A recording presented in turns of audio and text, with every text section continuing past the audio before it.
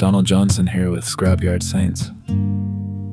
Pull your chair up to the porch for a minute. Tonight I want to tell you a parable called The Tree Behind the Forest.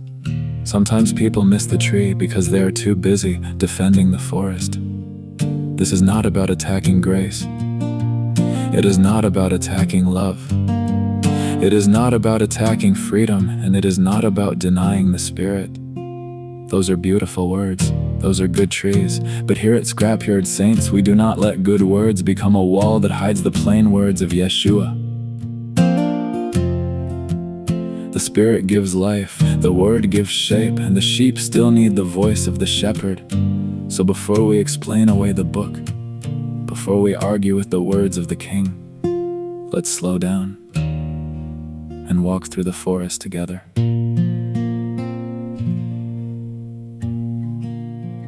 The Tree Behind the Forest, a parable about the Spirit, the Word, and the voice of the King.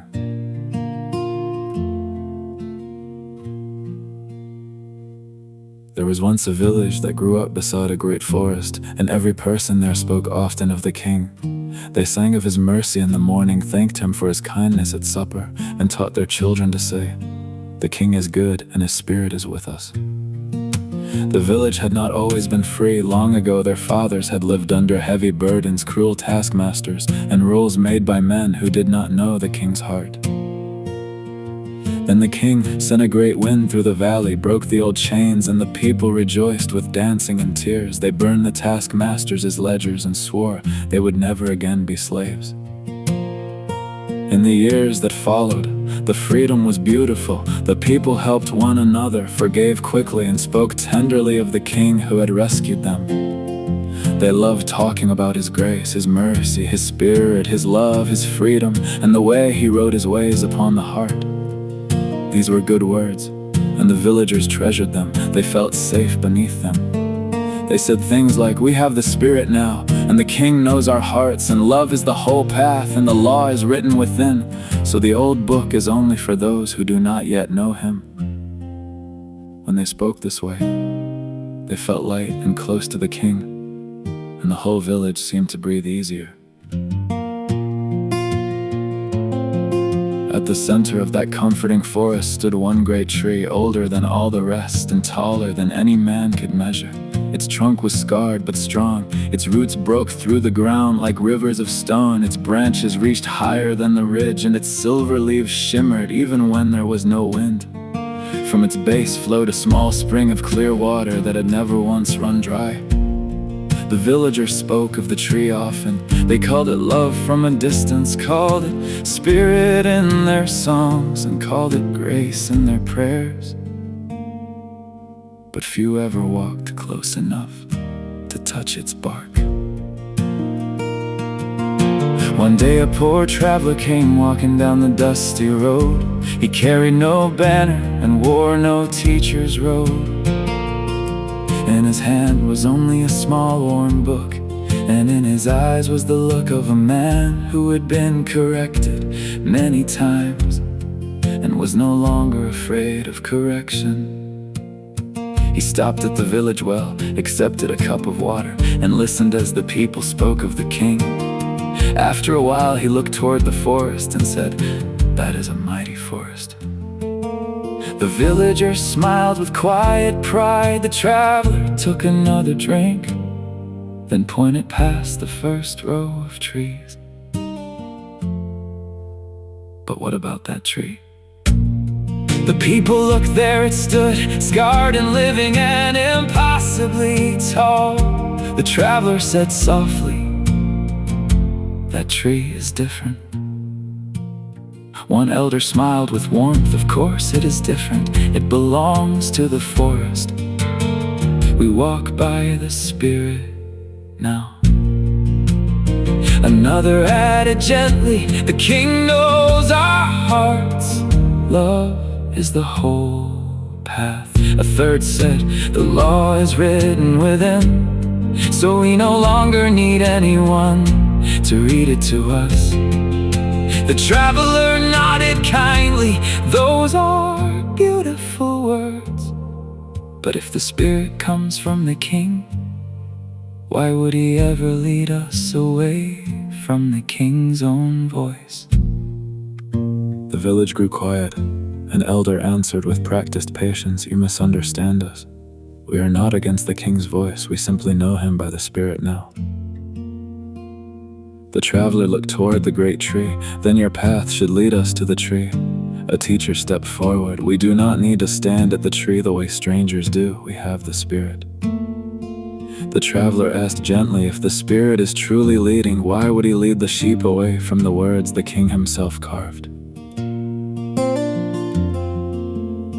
A young shepherd boy who had been listening from behind the well spoke up. "My sheep rest there," he said, pointing to the tree. "When they wander, the words carved on that tree bring them back."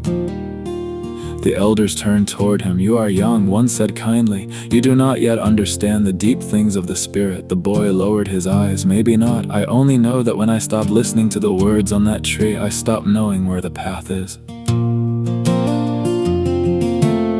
The traveler smiled at the boy with quiet affection that stirred the elders. The oldest teacher leaned on his polished staff and said, "People miss the Spirit because they are too busy defending the letter." The traveler shook his head slowly. "Sometimes people miss the tree because they are too busy defending the forest." The words hung in the air like the last note of a song. Some in the crowd looked troubled, some looked afraid, and some looked toward the tree as if seeing it for the first time in many years. The traveler began walking toward it. The shepherd boy followed, then a mother, then an old man, then a few more quietly, like people waking from a long and comforting dream they suddenly realized had grown too thick. When they reached the tree, the traveler opened the small worn book and read aloud the words the king had spoken. He read of those who call him Lord but do not do what he says. He read of loving him by keeping his commandments. He read that man shall not live by bread alone, but by every word that proceeds from the mouth of God. Then the people saw the words carved deep into the living trunk, not by any villager, not by any teacher, but by the king himself. The letters were raw and perfect. They read, "Come to me." The spring at the root of the tree ran clear and cold. The weary drank, the confused washed their faces.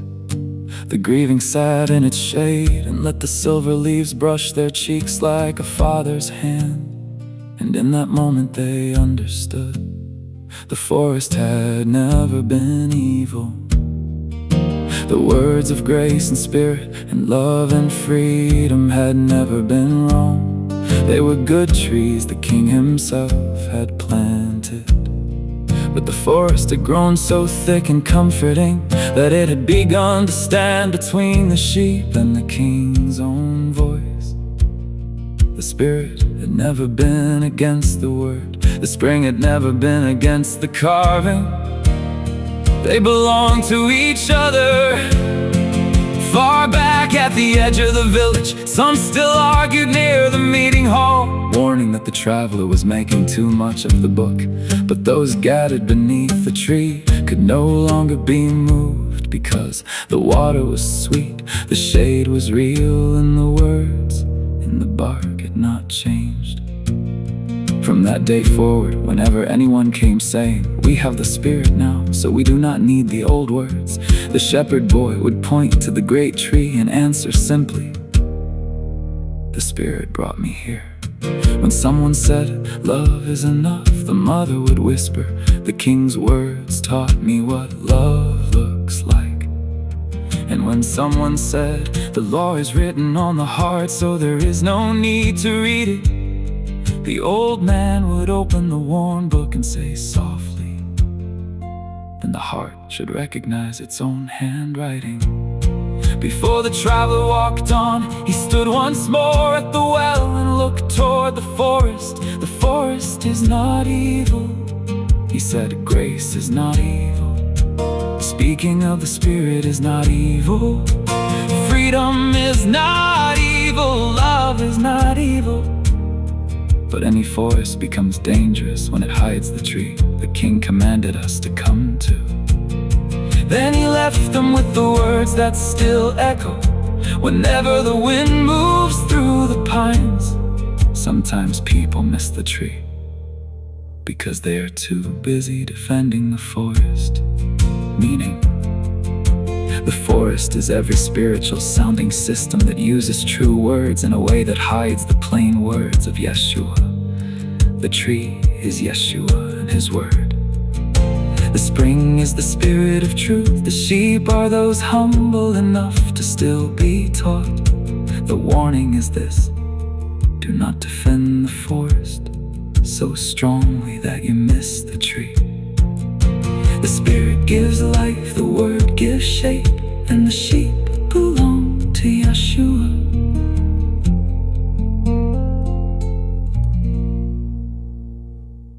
Now that the story has opened the door, let the song carry the message home.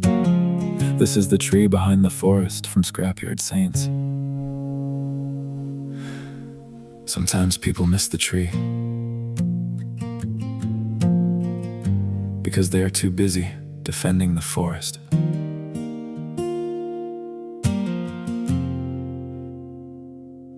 There was a village by a forest, every soul knew the king. They sang about his mercy and the freedom he would bring. Long ago their fathers wore the chains of heavy men, but the king sent a mighty wind and broke those chains again. They danced out in the valley, they burned the old ledgers down, said we will never be slaves again in this redeemed town. They spoke of grace and mercy, spirit, love and rest. Good words like mighty branches, where the weary could be blessed. But good words can grow tangled when the heart won't let truth through, and a forest can hide the very tree the king was calling them to. Sometimes people miss the tree, defending the forest with all they believe. They talk about spirit, they talk about grace, but walk from the words that are carved in the place. The spirit gives life, the word gives shape. The shepherd still speaks and the sheep know the way. Do not let a good word hide the voice of the king. Sometimes people miss the tree. At the center stood a tree, scarred but still alive. Roots like rivers in the earth, branches in the sky. Silver leaves were shining, though the wind was standing still. A spring flowed from the wounded base with water clear and real. They called it love from far away, called it spirit in their songs, called it grace in all their prayers. But few would stand there long, for carved upon that living bark words they used to see: if you love me, keep my commandments, written by the king. A traveler came with a worn-out book and asked them tenderly, if the spirit comes from the king above, why lead us from his speech? Sometimes people miss the tree, defending the forest with all they believe. They talk about spirit, they talk about grace, but walk from the words that are carved in the place. The spirit gives life, the word gives shape. The shepherd still speaks and the sheep know the way. Do not let a good word hide the voice of the king. Sometimes people miss the tree. A shepherd boy said, my sheep rest there when they wander from the trail. The words carved deep into that tree bring them back when voices fail. The elder said, you're still too young for the deeper things we see. He said, when I stop hearing those words, I stop knowing where to be. One man said, love fulfills the law. The traveler said, that's true, but love must learn from the Father's ways what love is called to do. Love does not steal, love does not lie, love does not covet or betray. Love is not a feeling alone, love walks the king's own way. They said the law is written on the heart, so the book can fade behind. He said if the king wrote it there, the heart should know its lines. A man does not prove the words are inside by refusing them outside. He proves they live within his chest. when he lets those words decide. The forest was not evil. Grace was not evil. Freedom was not evil. Speaking of the Spirit was not evil. But any forest becomes dangerous when it hides the tree. The King commanded us to come to. Sometimes people miss the tree, defending the forest with all they believe. They talk about Spirit, they talk about grace, but walk from the words that are carved in the place. The Spirit gives life, the Word gives shape. The shepherd still speaks and the sheep know the way. Do not let a good word hide the voice of the King. Sometimes people miss the tree. The Spirit brought me here. The Word showed me the road. The spring still runs clear, where the King's own words are known. The sheep belong to Yeshua. His voice is still true. Do not defend the forest and miss the tree in front of you.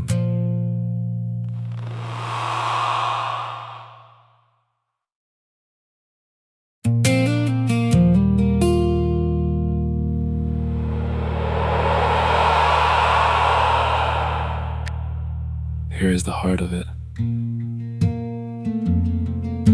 The forest is every spiritual sounding system that uses true words in a way that hides the plain words of Yeshua.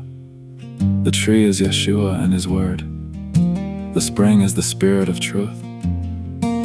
The sheep are those humble enough to admit they still need to be taught. Grace is not the enemy. Freedom is not the enemy. Love is not the enemy. The Spirit is not the enemy, but any good word becomes dangerous when it is used to silence another word from the King. Yeshua did not say, "If you love me, explain my commandments away." He said, "If you love me, keep my commandments." He did not say, "Why call me Lord, Lord, and follow your heart?" He said, "Why call ye me Lord, Lord, and do not the things which I say?" That is why Scrapyard Saints keeps coming back to the same simple place. Test every voice, test every teaching, test every feeling, test every system. The true Spirit of God will never lead the sheep away from the voice of Yeshua. The Spirit gives life, the Word gives shape, and the sheep belong to Yeshua. Thank you for sitting with me here on the porch tonight.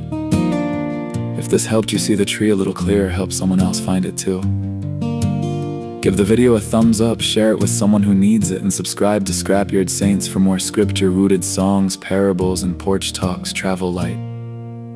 Keep your lamp burning, and may Yeshua hold you close. See you next time on the porch.